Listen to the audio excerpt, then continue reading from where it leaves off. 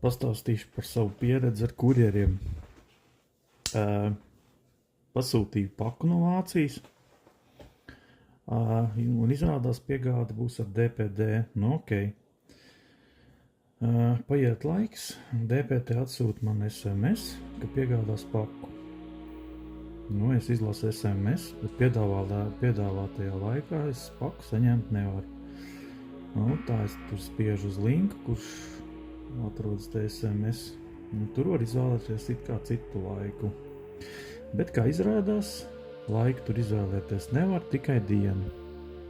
Nu labi, izvēlos nākamo dienu. Nākamā dienā atkal saņem SMS ar piegādes laiku, kas ir stipri līdzīgs kā iepriekšējā dienā. Nu, neko zvanu uz DPD info, kur man laipni paskaidro, ka piegādes laiks plāno mākslīgais intelekts un tos mainīt nav iespējams. Nu, pāradresēju saņemšanas laiku atkal uz nākamo dienu.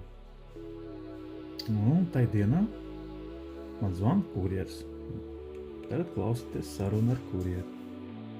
Klausos. Zvana DPD kurjers. Informējam, ka saruna var tikt ierakstīta. Kurjers?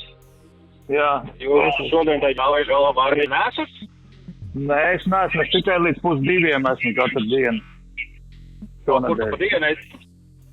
Es strādāju, tad viss normāli cilvēki. Nu, tas arī neesmu normāls cilvēks.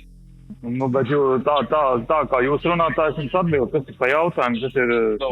Nu, es tā vienkārši prasīju, kur tad jūs esat visu pēc tam? Es teicu, es strādāju, es aizņēmu. Šobrīd arī strādāju. Bet kur? Kāda tam ir nozīme? Es saku, es nevaru paņemt paku pēc 1:30. Es tev saku, varbūt uz darbu var aizvest, ja ne, es viņu sūtījuši apakaļ, ja tev šī tāda attieksme būs. Sūta apakaļ, ja nevar piegādāt normāli, tad, kad klients var saņemt.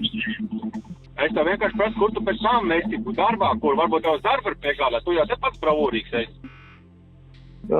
Tā, kāds jums uzvārds ir? Kāds tev? Man tev nav jāsaka. Labi, tad viss saruna beigusies. Un kā vēlāk noskaidroja, kurjers tik tiešām atgriezas paku sūtītājiem. Uzrakstīja 2 sūdzības uz DPD par pakas nepiegādāšanu un kurjeru nepieklājīgu uzvedību sarunas laikā.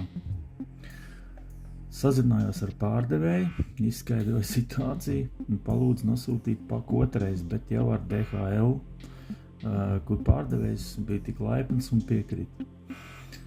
Un tālāk seko pakas piegādes process, kā arī saruna ar DHL kurjeru. Šeit Smartposti kurjers.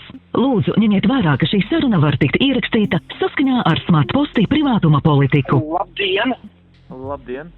Kurjers patraucēja sūtījumu, viņš priekš jums ir labā veicī.